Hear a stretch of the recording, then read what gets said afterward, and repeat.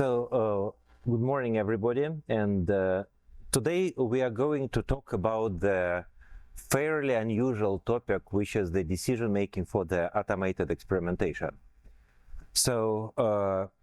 Before we go there, as the small general announcement, these days social media is the big part of the thing.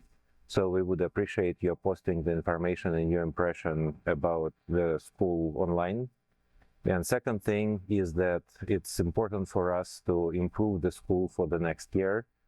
So we will appreciate your feedback, primarily the feedback along the lines of what can be improved, sent to Gerd, myself, and Allah, so we can incorporate it in the program next year. So this type of things are kind of important, and good feedback is exceptionally valuable. I mean, good in a sense, constructive, not saying that everything is fine. This type of feedback is actually sort of less useful. So anyway, going back to the decision making. So decision making is something that we are doing all the time in life when we run the instruments and so on and so forth. So in the previous several lectures, several days, when we talked about the agentic decision making, you saw the examples of the top-down decision-making when some form of machine learning agent simply formulates the commands. This type of decision-making has a very severe problem. So first of all, in many cases it doesn't work. Secondly, as Kamal illustrated with his strawberry example, the agents cannot, by themselves, we cannot even count the number of letters are in the strawberry. And third, vast majority of the decisions that we are actually taking inside the experimental workflows are some forms of optimization. So we try to improve something. So the agents are really bad at this type of things. So today what we are going to talk about are the general principles for the decision making, starting from very simple examples such as bandits, and going to the mathematical frameworks such as the Bayesian optimization based on Gaussian processes, deep kernel learning, and a little bit of the introduction and things like dynamic programming and the reinforcement learning. So for all of these things, the basics you should understand. So the idea is to develop the intuition, what is the basic vocabulary and notions used in this field. Practical implementations take time. So learning how to build the proper decision-making framework takes quite a lot of time, and the knowledge of the intuition behind it is absolutely essential. So, for example, in my own experience, I started to work on the reinforcement learning during the COVID times. I had the collaboration with the Google Brain team for using reinforcement learning for the atomic manipulation. So the interesting outcome of this collaboration was that at some point I asked the question, where do the rewards are coming from? Because it looks like I understand everything about the algorithm. I just don't quite understand how the problem is formulated in this way. And it turns out that it is the case. So the most difficult part of any decision-making algorithm is things that are defining of state variables, balance of beliefs, reward functions, value functions, definition, and so on and so forth. It's not obvious, and you are not going to read about it in the machine learning textbooks. So these are the things that in the ML community are already assumed to be granted. Most of the textbooks start with, we have defined problem or gym or whatever, and now we are going to teach you how to build the algorithms that work on this and what are the mathematical bases behind these algorithms. This is great. This is what you can learn in the ECS type of departments by yourself, brainstorm with the ChatGPT and so on. Practically, for all of you who decide to use this type of method as a part of the real-world experimentation, the real problem would be to define your parameter space, define your state variables, define the reward functions and values, because if you cannot do that, even on the most simple thing, then you have nothing. You just cannot start.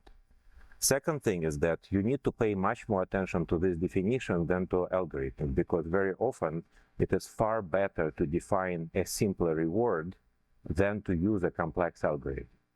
So in some sense, a lot of people in the machine learning community say that it really doesn't matter. You shouldn't really pay attention to the algorithm that much. You should focus on getting the good data. So once we go to the experimental sciences, it becomes all about making the right reward function that can be used for optimization rather than trying to use the complex algorithm.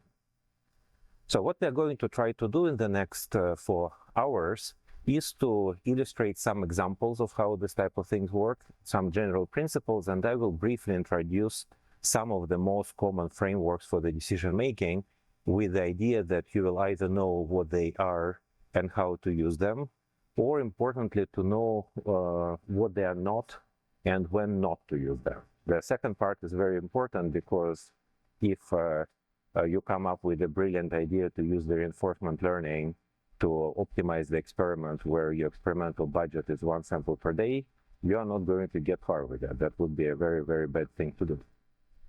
So generally, as I illustrated briefly before, so we always need to decouple the problem in 2 axes. One problem is the decision making, can be human, can be AI. So humans are usually good in the multi-factor, deep but slow thinking over the relatively small amounts of data. AI is good when we need to make decisions fast over the large volumes of data, but usually AI decision making would be very shallow, so we need to combine. The second is how we execute decisions. So execution can be done by human, execution can be done by automated tools. Practically, we need to do a combination. For example, if you have the electron microscope, it makes sense to automatically execute decisions for the instrument optimization or for exploring the interesting sample. At least for normal microscope, it doesn't make sense to invest time and effort into automation of the sample exchange, because if you change sample several times a day, then human can do that. If the throughput of the microscope becomes much faster, so you can study 100 samples a day, then it makes sense to invest into the automation of the sample exchange. But kind of be realistic about it, because it was always, a lot of places are showing the pictures of these robots moving inside the chemical labs and try to make a case for fully automated labs. It kind of makes sense if you deal with the radiation or chemical hazards. In this case, it does make sense to make the automated lab that has the robotic, fully automated lab. If you deal with the realistic scenario when you have a lab, there are operations that are repetitive and has to be done fast, it makes sense to automate them. There are operations that has to be done very rarely but very complex. It's actually much better to have much more efficient to have humans keep doing it, because that is 90% of the functionality for 10% of the cost. So be always mindful of costs and in terms of time and capex and opex. So anyway, with this in mind, the key thing becomes kind of constantly moving forward and backward between the decision making and decision execution and learning process. So as I've shown, we always have to realize that we should think about how to deal with the data acquired before and planning to acquire new data as very different processes. Going backward, we of course want to have as much data as possible. Going forward, we want to find an answer as fast as possible at the lowest cost. Very rarely we are looking to collect as much data as possible. Typically, we want to solve the problem with the least amount of the effort or experimental budget. So 99% of machine learning community is focused on large volumes of data. So moving into the experimental domain requires kind of changing the priorities a little bit. So the thing that really matters is the capability to make and execute decisions. Execution is limited by your equipment stack. So all the things that Gerd has talked about how to send commands, how to build the MCP servers, how to build interfaces, this is execution. Making decision is a totally different domain. So for example, in principle, decision-making can be useful even if your lab is fully operated by humans, that you are limited by human execution, but the decision-making is the same. So keep these things kind of, they're connected in terms of the bandwidths and so on, but generally they're two poles rather than the same thing. And as I mentioned, the human decision-making is very complicated because humans tend to make decisions based on the multiple, very dissimilar sources of informations, and machine learning usually cannot. So decision-making in the automated labs or large collection of instruments and tools is complicated because there are multiple processes going at the same time. So you need to make decisions about how to navigate the sample through the possible instruments and how to allocate resources in real time. So this is a very well-known problem in the operations research community. So this is called the manufacturing floor type of problem. In scientific world, we don't have a culture of solving this type of problem simply because we usually don't understand the costs and the value of what we are doing reasonably well. And I mean, there is a big exploratory element to what we are doing. And in some sense, microscopes are ideal playground to start build this type of things from the bottom up. So the reason for that is that the essential parts of the microscope operation can be represented as the linear workflow. So we introduce the commands sequentially. We cannot run commands at the same time. And then the question becomes of how do we go through this, how do we select a sequence of commands and how we optimize the parameter of the individual command. So in order to do that, we need policies and rewards. So policy is a lookup table. This is what I have. This is what I do. Reward is a learning process. And as I illustrated, manufacturers are not going to do this type of things for us simply because manufacturer development is driven by the need to sell the instruments. So the figure of merit is sales. Therefore, what they develop is generally what they optimize for is the universal or experiment agnostic characteristics like resolution, stability, and so on and so forth. So for customers, meaning us, the value is not in the resolution, but what the resolution allows us to accomplish.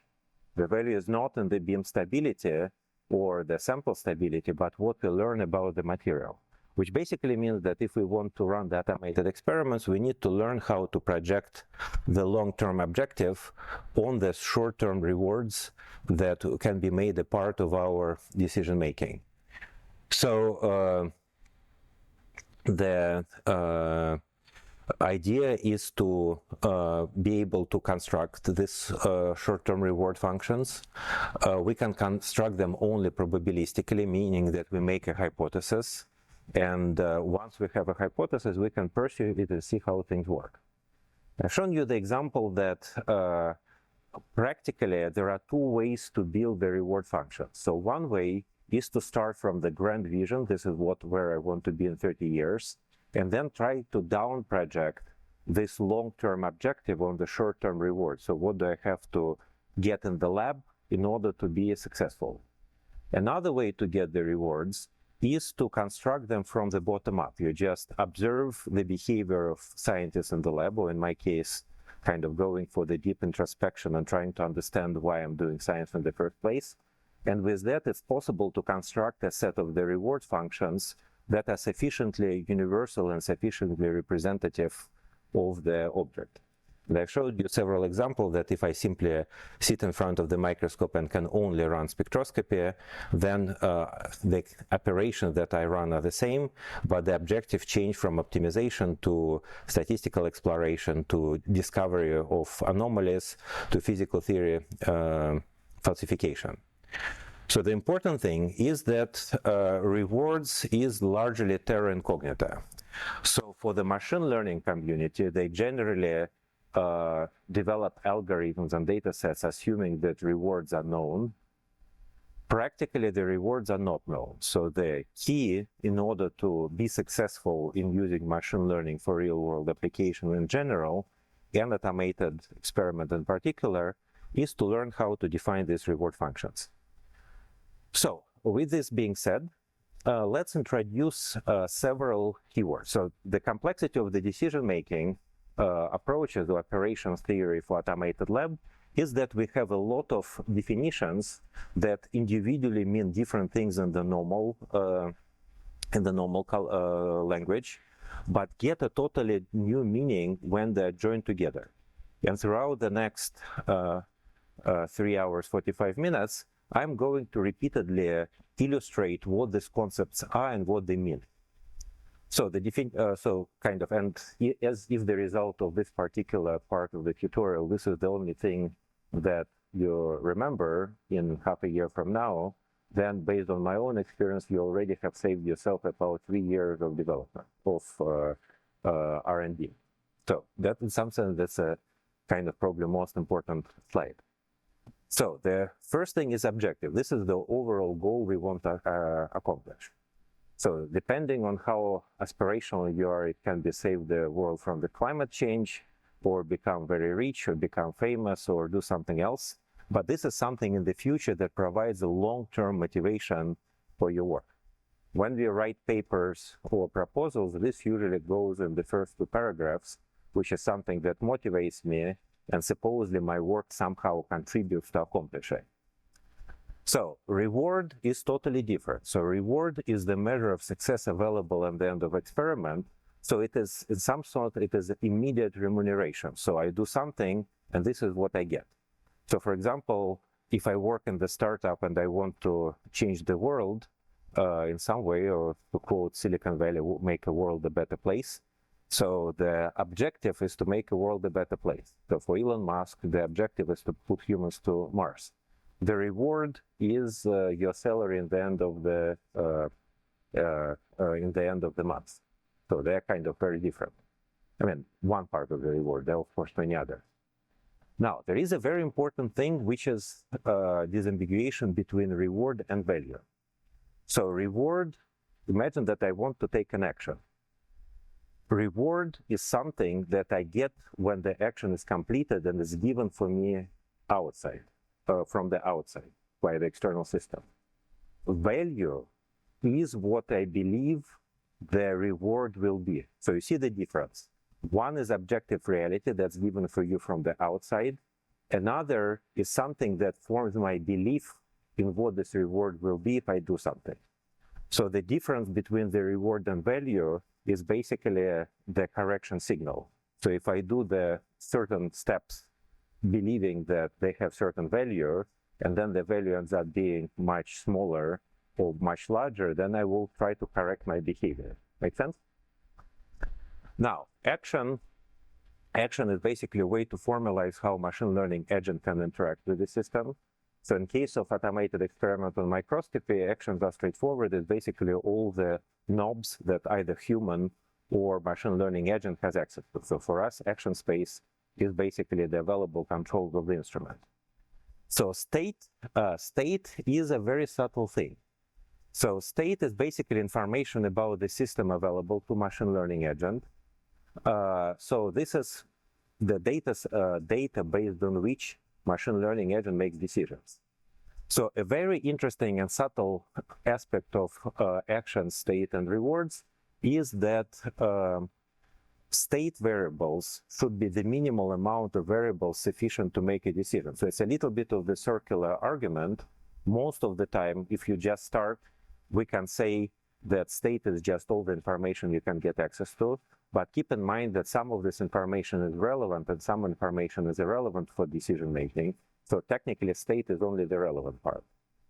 Everything else is redundant. For example, if I work on the microscope, it matters to me of what is the pressure inside the column, but it absolutely does not matter to me what color scheme Bird has chosen to kind of show the colors of the instrument, whether it is red or blue. That doesn't affect the instrument performance. So, and then policy is the rule book that defines the action given the state. So in the simplest case, imagine that state is some form of feature vector, action is the some form of feature vector, target vector. So policy, in some sense, is just a function or neural network that builds the relationship between action and state. So this being said, we will return to this many times. I've shown you example of the fixed policy experiments. So this is the experiment where the policy is, I observe the domain structures. I want to take the measurements only at the domain regions. So very simple policy. Essentially, what you see is what you get. So randomly choose points on the border. So what was the objective, reward, value, action, and state here? The objective was to understand the role of domain walls on switching. The reward was the number of explored domain walls, and we did not use it for the feedback. So if we have a fixed policy experiment, we already build the policy based on the rewards before the experiment. So the value is also not a part of it. Action, position, SPM probe at location, take the spectrum. State is image, that's what we use in order to make a decision. And policy is a fixed action table. If you detect wall, take a spectrum at random location. So very simple. So this is another example of the fixed policy experiment. So locate the atomic coordinates. So Kevin will talk about it. Locate atomic coordinates, put the electron beam, try to get the configuration of the defect. So we move our electron beam over the hexagonal path. If we create a defect, then we don't irradiate this region. Our hope was to create the defects forming the hexagonal region to kind of isolate this part of the graphene as the quantum dot. Practically, it didn't really work it because graphene reorganizes under the action of the electron beam in a very complex way. So using the simple fixed policy, I mean, we created something, but it's actually horrible and really not what we wanted to create. So, but in this case, objective was long-term understanding electronic and chemical properties. Reward was creating the pattern or discover defects or whatever. We didn't pursue it actively. We created the policy, which is fixed action table. If the defect detected, then don't put the beam there or take kills or whatever. State is image, action, position, electron beam. So very simple. Also illustrates why things don't work very well. So reward functions in microscopy can be many. So simple ones are imaging optimization, physical law discoveries. More complex ones is the discovery of some spectral behavior. So I'll show you the examples of the deep kernel learning in the next lecture. But generally, the point is that ultimately, we always go to the point of the balance between the rewards and objectives, introducing the biases, and experiment planning become all about policies and values. So this is the key thing. Now, before going forward, let me illustrate, so assuming that 6 new words is not enough, let me introduce 3 more. A very important part of the experiment planning and generally machine learning is the probabilistic view of the universe. So the reason for that is that, I mean, all of you probably have heard at some point the statement that follow the data, kind of data matters and whatever, right? The data speaks for itself. So statement that data speaks for itself is the worst sin the scientist can commit. So don't do it. Because data never talks for itself. Data makes meaning only in the prior context. If you say that data means for itself, it means that you take all the universe, isolate the small part of it, and then you say that I care only about this part and nothing else. I mean, it's not a bad tool, because sometimes we have to isolate the part of the universe to work with it. In fact, most of the successful sciences are based on it. But if we lose the connection between this isolated part and the rest of the universe, it becomes irrelevant. So let me briefly illustrate a few things that are worth knowing about. And again, we will use these concepts down the line. So these are prior, posterior, and belief. So prior is roughly what I know before the experiment. Posterior is what I know after the experiment. And belief is roughly the same thing as the posterior. Let me illustrate why the prior context is important and what's the justification for that. So imagine that you are sharing the dorm with your friend, and some of you has to go to buy groceries, right? So very normal situation. So imagine that you decide to figure out who is going to do it by tossing the coin. So what's the probability that the coin will land tails? What? 50%. Okay, brave. So now imagine that you toss the coin with this friend several times, and previously it landed 3 times in a row. So what's the probability it will land on tails? Oh, wait. Don't push it. What? Okay, so we start to have doubts. So now what about if you toss the coin with your friend 100 times, it always lands on tails, and then he says, hey, how about we use it to decide who does groceries? Okay, so another example. So imagine that you have exactly the same type of problem that's made by Professor Calculus. That exam question says you have a fair coin, you have tossed it 100 times and it landed tails. So what's the probability that it will land tails during 101 attempt? So obviously this is a statement that puts your confidence that it is 50-50. And then you are told that you should ignore this because the probability that it will land 100 times is 1 divided by 2 power 100, which is roughly 1 out of million. So small, but not impossible. So basically, in this case, you know that the right answer is 50%. So now imagine the totally different situation that if you met this type of gentleman somewhere in Vegas, and he suggests to do the same type of thing. So in this case, obviously, if the coin landed on the tail 10 times, you would be kind of having a thought that something wrong with the coin. So what's the idea here? Why I'm showing you the coin tosser? So don't take it as the ad for gambling. The reason is that your belief in outcome very much depends on setting. The data does not speak for itself. It talks in terms of it matters in terms of the prior belief. So does it apply to science? So it absolutely does. I can give you a lot of scientific examples kind of coming from many fields. Like if you analyze the IV curve for the metal semiconductor junction, you will look at the and try to understand the mechanism. You can typically fit it by some equation like thermionic emission, but then you will look on specific values of constant. And for example, if your constant n for the ideality of the diode is 1 or 1.1, you will be comfortable. But if it's 10, you will say that it is not thermionic emission. So generally, any high quality detailed textbook from especially from 70s, 80s, and 90s will basically introduce this type of logic real time. But there are even more straightforward examples. So it's not only about the values of the parameters. Sometimes it's just about the existence of the object. For example, if you look at the single layer of graphene on the scanning tunneling microscope, you will basically see something like this. And that's exactly what you expect to see, because this is how the graphene lattice look like. So you see all carbon atoms. But if somehow you put several layers of the graphite, so the flake, all of a sudden your image is going to look like this. So it's a very different lattice. And if you compare it with the ideal graphene, you will see that only half of the carbon atoms are visible. And then the question becomes, should I believe science, or should I believe my lying eyes that look on the screen of the instrument?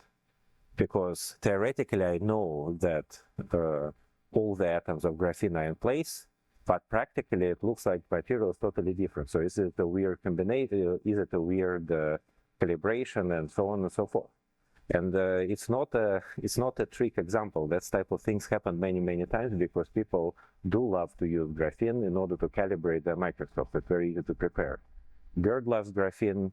I love graphene. Everybody who does STM or STEM loves graphene.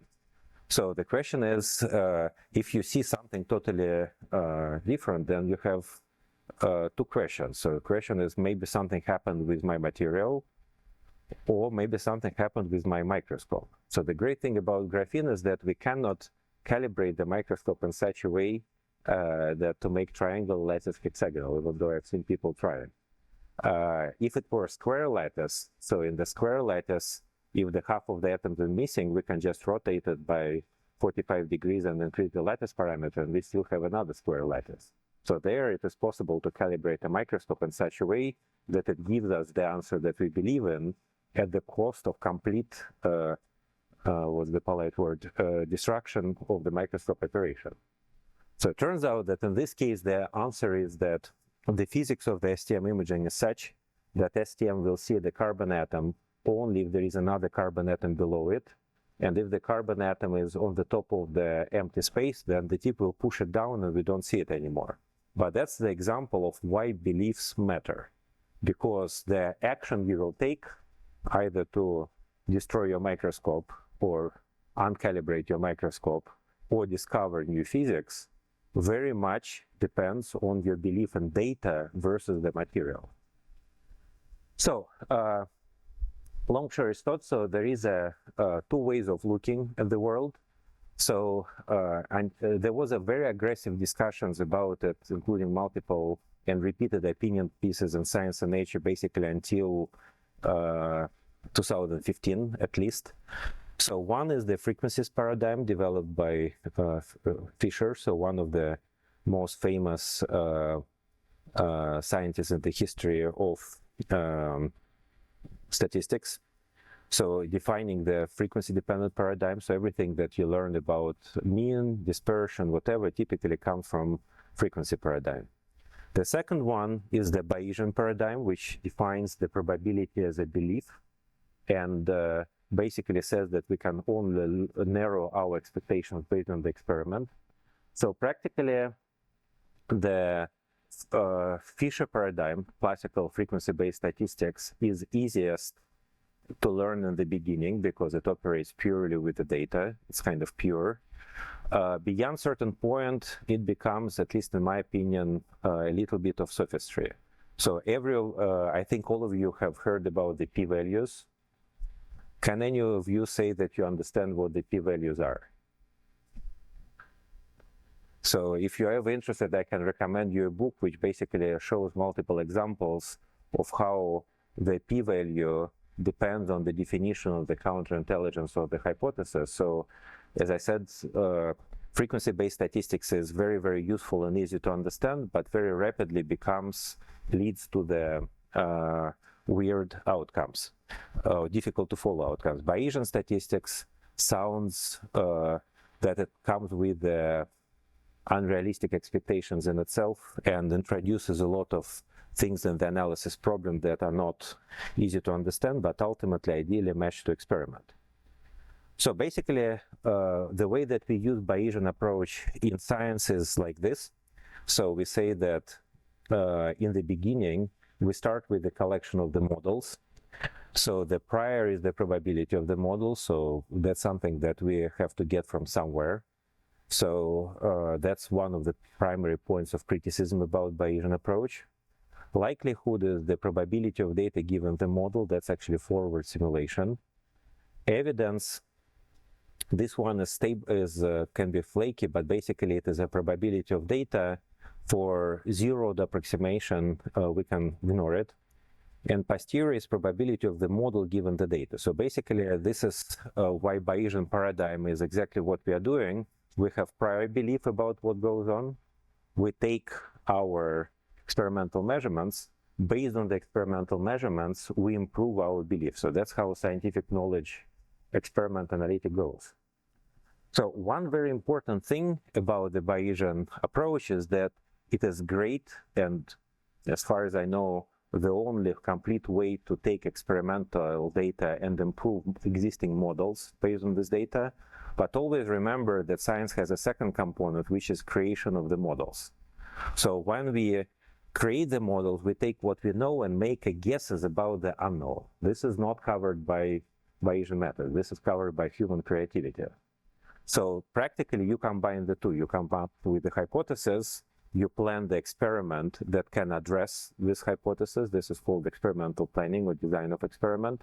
You get experimental data, and then you improve your hypothesis given the experimental data. So Bayesian inference formalizes and codifies the second part. The forward part, which is the creativity and experimental planning, is something that human has to do by themselves. And I mean, of course, we can create random actions as the hypothesis. That's not a good way forward. So the formulating the right hypothesis and building the experiments based on them is something that we are probably going to do for quite a while. So with this being said, now you know the foundation of the decision making, and you have a foundation of the probabilistic methods.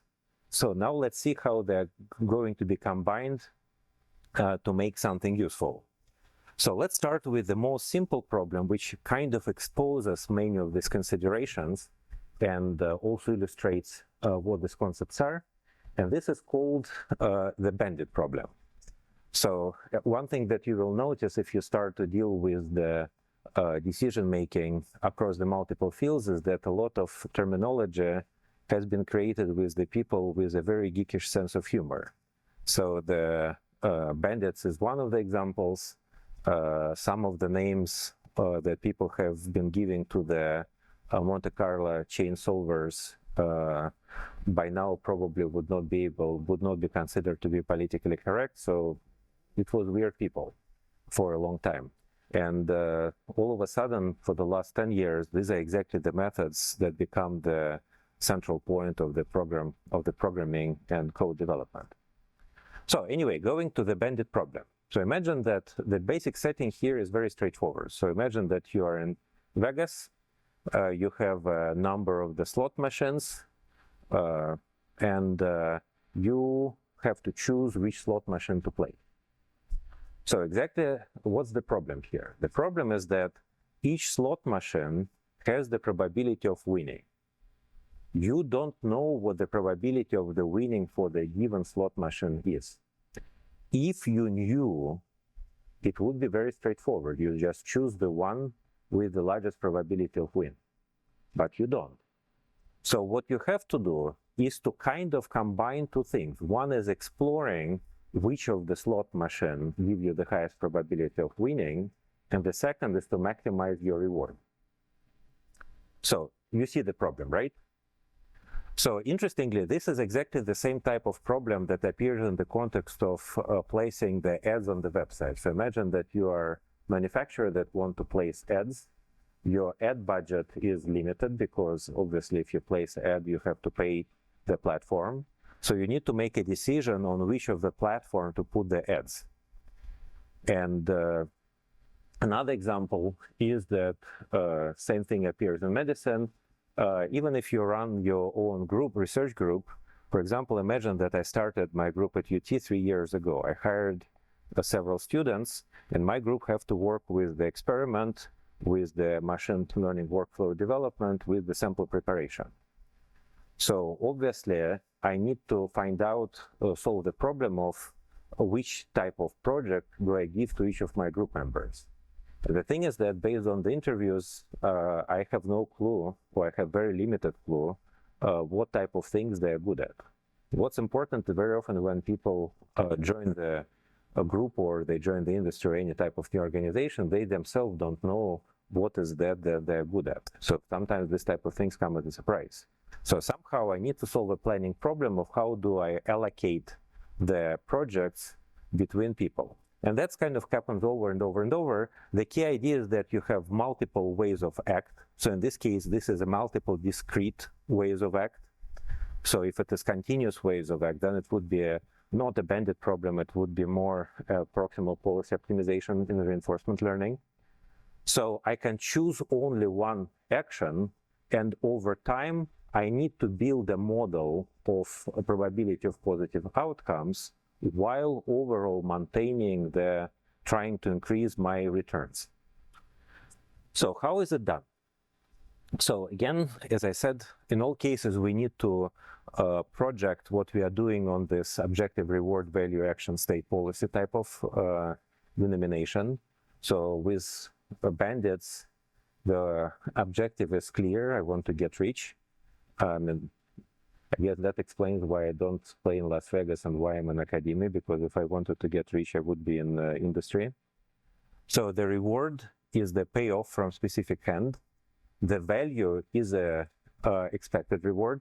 So notice this is where the difference between the reward and value comes into play. Reward, you pull the hand, the slot machine gave you money or not.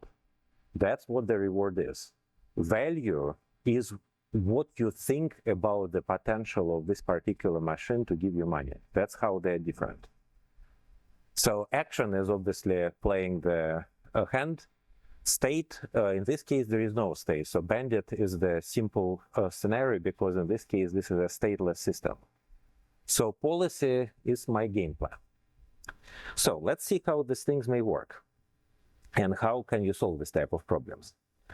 So the most primitive but nonetheless very important approach in this type of problems is called A/B testing, or if you have multiple alternatives, it's called ABM. So basically what it means is the following. So imagine that I'm again playing the slot machines. Then you say that, look, I have $100, which makes 400 quarters. I'm going to spend first 100 quarters playing all the slot machines equally. Then I'm going to average the returns from each of the machine, and I'm going to invest the remaining 300 quarters in the one that gave me best return. Make sense? So how does it work? So in this case, it's very easy to calculate the value. So value is how good I believe the individual machine is. So all I have to do is to take all the rewards from these specific machines, add it out, divide it by the number of trials, and that gives me the estimated value for reward for this specific slot machine or this specific action. So it's very convenient to rewrite it like this. So I can say that the value after I run the slot is equal to previous value plus this term. So this looks like a rearrangement of the factors, but practically it has a much deeper meaning. So basically what this means is how good I think this particular slot machine before I tried. This is the new knowledge that I've got. And this is the correction factor that defines how I make correction for the experiment. So another important thing here is that very often you start with the initial value initialized as 0 or some random number, but it doesn't have to be the case. For example, if the person that you trust tells you that you should go and play the slot machine, and also this particular one typically gives you higher return, you can initialize the starting value as slightly higher. So that's how your priors are being formed. So there are many other ways how this can be further improved. So for example, I mean, it doesn't apply to the slot machine, but it applies to things like ads placing, that when you deal with the ads, sometimes you want to make the value change with time, so it doesn't have to be stationary. Simplest example, the values of the ads during the Super Bowl and during the no Super Bowl period would be very, very different. So the way that it can be done is, rather than making the global memory, when you run the experiment for a very long time, the influence of the new reward becomes smaller and smaller. You can basically introduce a time horizon when you simply have a constant factor that balances the difference between the expected reward or value and the actual reward. So what is the limitation of A/B testing? I mean, A/B testing is a great tool, and it's actually in some sense a gold standard for many fields, but it's very inefficient. So you need to define what is your length of the test phase. You need to realize that if you make your test phase too short, then you don't have enough statistics to figure out what is the right action.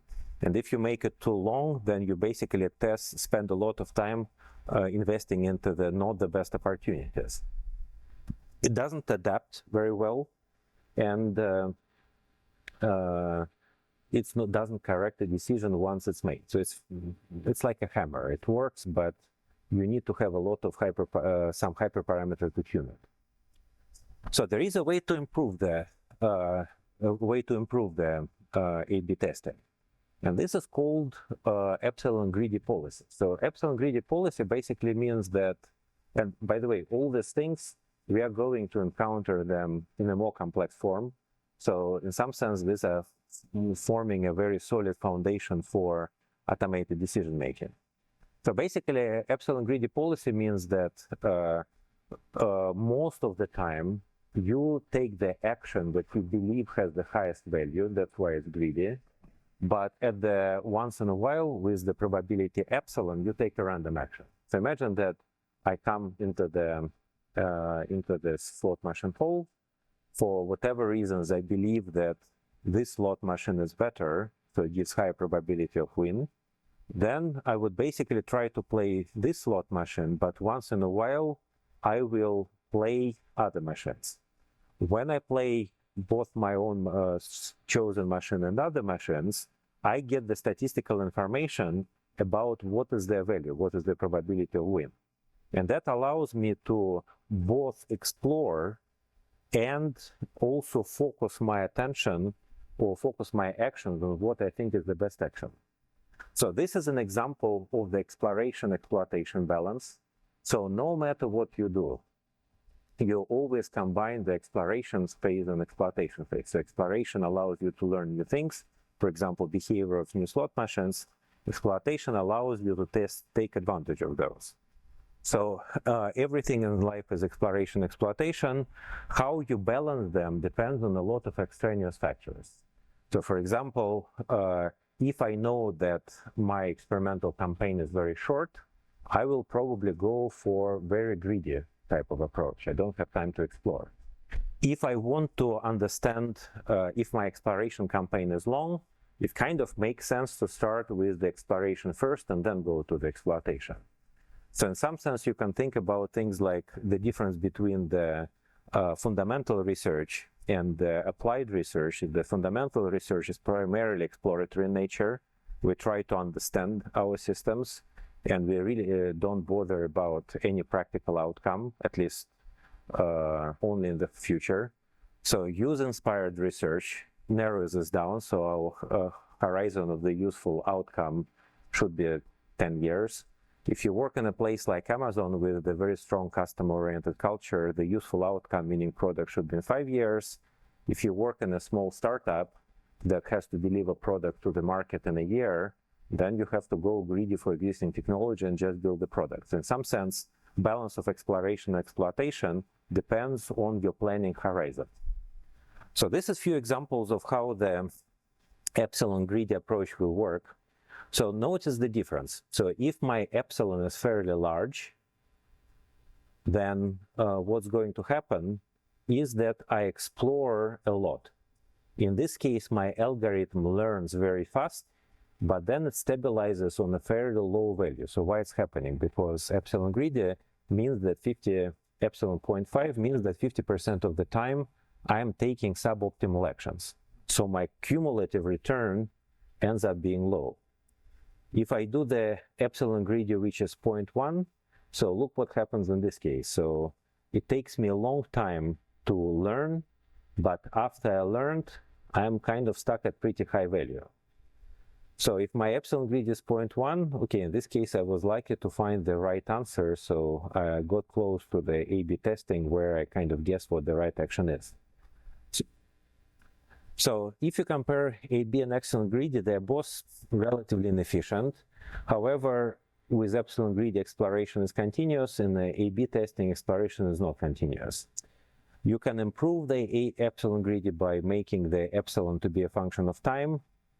You can introduce the additional parameters. For example, you can start with the large epsilon in the beginning when you explore, and then make epsilon smaller, so you kind of keep track of the non-stationarity, but generally you try to settle. So there are a lot of tricks there. Obviously, the problem is that all of these tricks come with the constraint that each of the tricks is the hyperparameter. So the question is, where do the hyperparameters come from? So how do you determine what's the optimal length of campaign for A/B testing, what's the optimal epsilon, and so on? The answer is, what you do is you look at the past examples. Another thing that you can do is to make a toy model or a simulator which is sufficiently close to what you are doing. It doesn't have to be exactly the same, but it has to be sufficiently close. And then you optimize the hyperparameters for something that is sufficiently close. That's the only way to do that. And that also illustrates the role of the past knowledge, because you cannot tune hyperparameters in experiment unless you have previous experiments, or unless you have some other knowledge that you can formalize for doing that. And the more and more you're going for advanced topics like open decision making or dynamic programming and so on, the more important the ways to codify this past knowledge are becoming. The great thing for us as experimentalists is that the nature of the tools that we have very much confines the range of the things that we can do. So it makes it a little bit easier. But we still have to do that.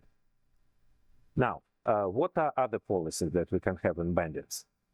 So a very famous policy that we are going to use many, many times in the future is so-called upper confidence bound. So what does this mean? So this means that the action that we are going to take at step T is going to be argmax, so meaning that I calculate this for all possible actions and I choose the action for which this is maximal of this value. So this is Q of T, so this is our value, our belief in how good a hand is, plus some constant multiplied by square root of logarithm of time divided by nt of a. So this is the number of times the specific action has been taken. This is the time of the experiment, so the total length. This is some normalization constant, which I think the recommended value is 1.7, but practically it's also hyperparameter that you tune. So what does this mean? What's the logic here? Very straightforward. So this is our belief in what would be the outcome. So this is a greedy reward. This is essentially the term that illustrates our confidence in the outcome. So this is, if you will, prediction or expectation, and this is uncertainty. The less time we tried something, the larger this term will be.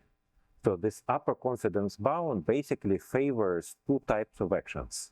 One type of actions that we think are good actions, and the second type of actions that we tried less time before. So it balances our greedy reward and the exploration.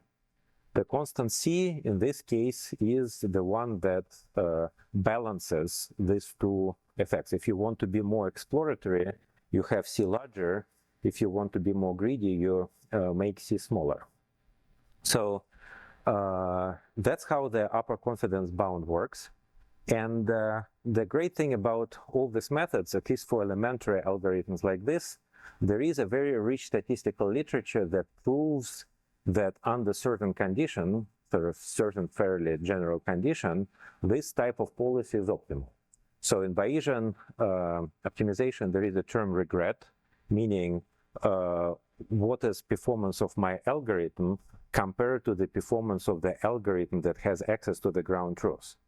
So for many of these algorithms, the regret would be certifiably below a certain bound, meaning that you have a mathematical guarantee that your performance would be no worse than a certain level. So that's actually kind of important, because a lot of, in many cases, this type of assurances matter. So anyway, so we discussed what the upper confidence bound is. So here it is a set and forget approach. So it balances automatically exploration exploitation.